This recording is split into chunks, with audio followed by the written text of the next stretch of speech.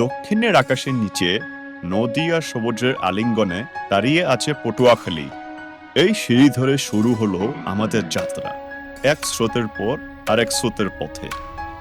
রাস্তায় প্রথম থামা মিজানের মিষ্টি, গরম নাস্তা, সকালের ব্যস্ততা। এভাবেই শুরু আমাদের সফর। ধীরে ধীরে সামনে দেখা দিল পটুয়াখালীর পথ, নতুন দিনে নতুন গন্তব্য।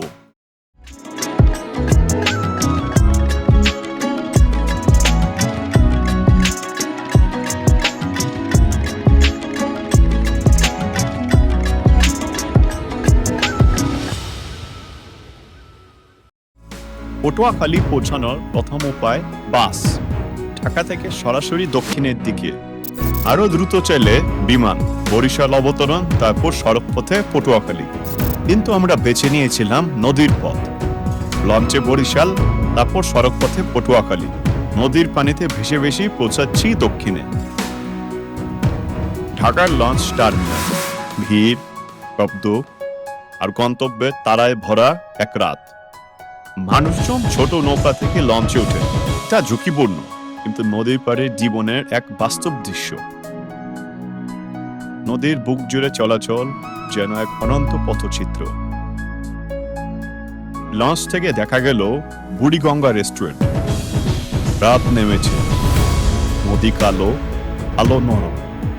লঞ্চের ডেকে দাঁড়িয়ে মনে হয় এটাই হয়তো নদীর আসল সৌন্দর্য।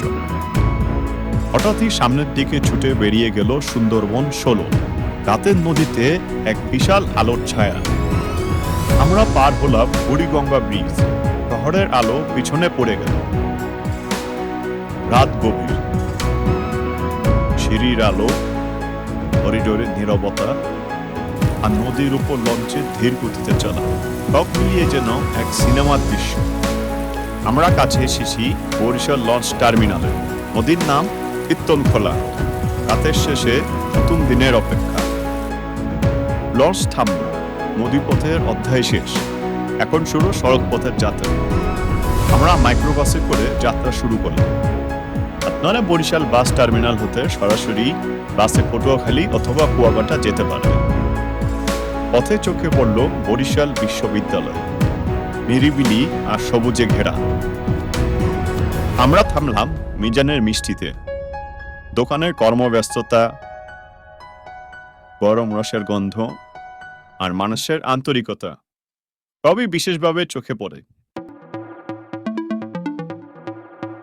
দোকানের ম্যানেজারের সঙ্গে একটু গল্প, কিভাবে তৈরি হয়, কিভাবে এত জনপ্রিয় হলো, সব জানা হলো সেখানে। দোকান শুরু হয়েছে সিডরে 2007 সালের ডিসেম্বরের দিকে।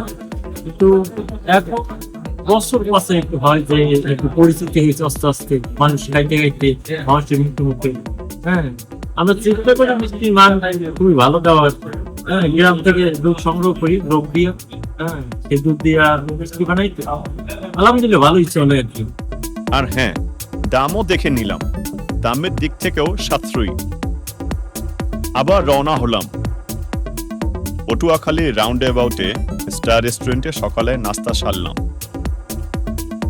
গরম খাবার আর সামনে লম্বা যাত্রাপথ। বৃষ্টিতে রাস্তার সৌন্দর্য যেন আরো বেড়ে গিয়েছে। এবার শহরের ভিতর ঢুকলাম।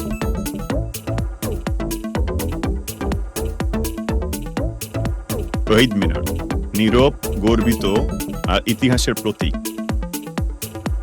সামনে লেক, পানিতে প্রতিফলিত ছায়া, যেন শহর নিজেই একটু থেমে গেছে।